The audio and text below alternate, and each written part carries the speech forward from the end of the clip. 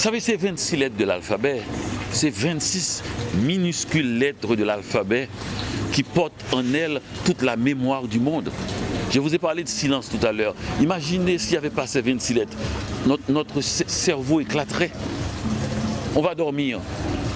On se réveille parce qu'on a 2 ou 3 choses en tête qu'on doit faire demain, mais on a peur de l'oublier. 2 ou 3 choses. Imaginez l'ensemble des livres. S'il n'y avait pas ces lettres qui nous permettaient de mettre de côté toutes ces angoisses, ces émotions, ces sensations qui nous traversent, toutes ces listes de projets qui nous traversent, c'est pas seulement la littérature écrire, c'est aussi les manifestes politiques, c'est les programmes, tout ça, s'il n'y avait pas un endroit où l'on pouvait le déposer, on exploserait.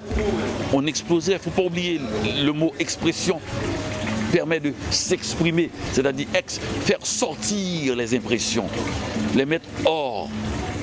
On imploserait plutôt, on n'exploserait même pas, pire, on imploserait. Donc vous savez, ça ne me paraît pas, mais imaginez une seconde. Le monde sans ces 26 lettres de l'alphabet. Ce sont des actions concrètes. Les gens se sauteraient dessus parce qu'on ne pourrait pas garder en soi. Les lettres d'amour, imaginez, vous rappelez-vous, quand adolescent, quand on écrivait les lettres d'amour, c'est exactement le même mouvement. On s'exprime.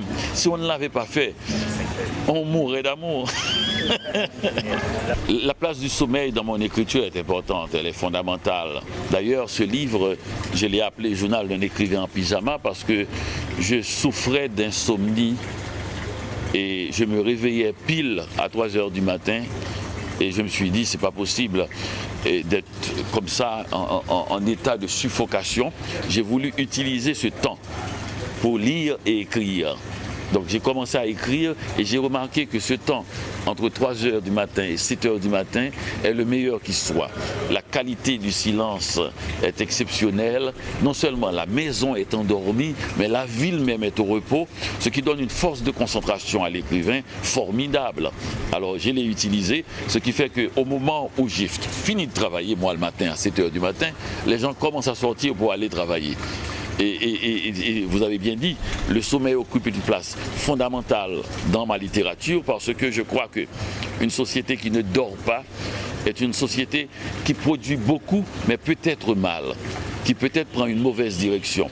Héraclite, qui est un écrivain que j'aime beaucoup, a dit ceci, il a dit « L'homme qui dort construit l'univers ». Ce n'est pas un paradoxe. Ça ne veut pas dire qu'au contraire même, on a l'habitude de dire les gens qui font des choses sont des lève-tôt, sont des gens qui se couchent tard. Oui, ils font beaucoup de choses, mais est-ce que c'est pour notre bien? Je n'aimerais pas vivre tout le temps dans un monde créé par des gens aux yeux rouges par la fatigue. Un livre d'ailleurs, vous savez ce que c'est un livre? Un livre, c'est quelque chose qui réclame 5 heures de silence à quelqu'un que l'auteur ne connaît même pas, alors que ce même auteur ne prend même pas la peine de finir les lettres de sa mère. Comment peut-il lire 600 pages d'un inconnu? Eh bien, c'est un espace commun, ces 600 pages-là. Quelqu'un est allé plus loin qu'une description de sa vie personnelle,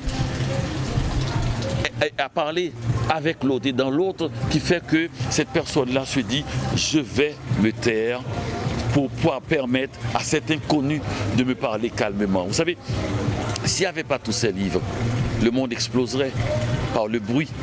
Imaginez tous ces millions de lecteurs qui sont obligés en ce moment même de faire silence parce qu'ils sont en train de lire.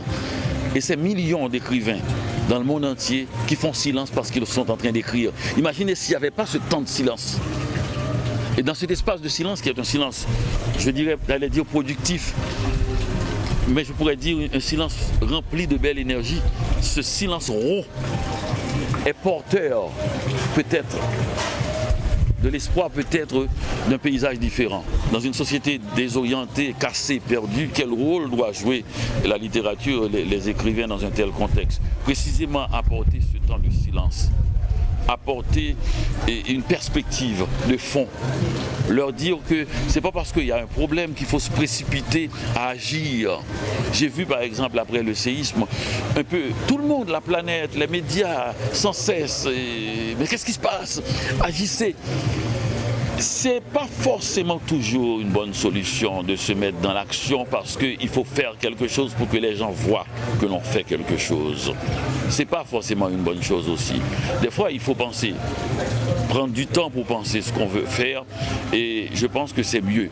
Donc, la littérature peut apporter ce temps de rêve, cet espace de sommeil, comme vous dites, qui permet à l'énergie de se renouveler et d'agir de manière, j'allais dire, efficace, mais je pourrais dire même mieux que ça, humaine, de manière humaine.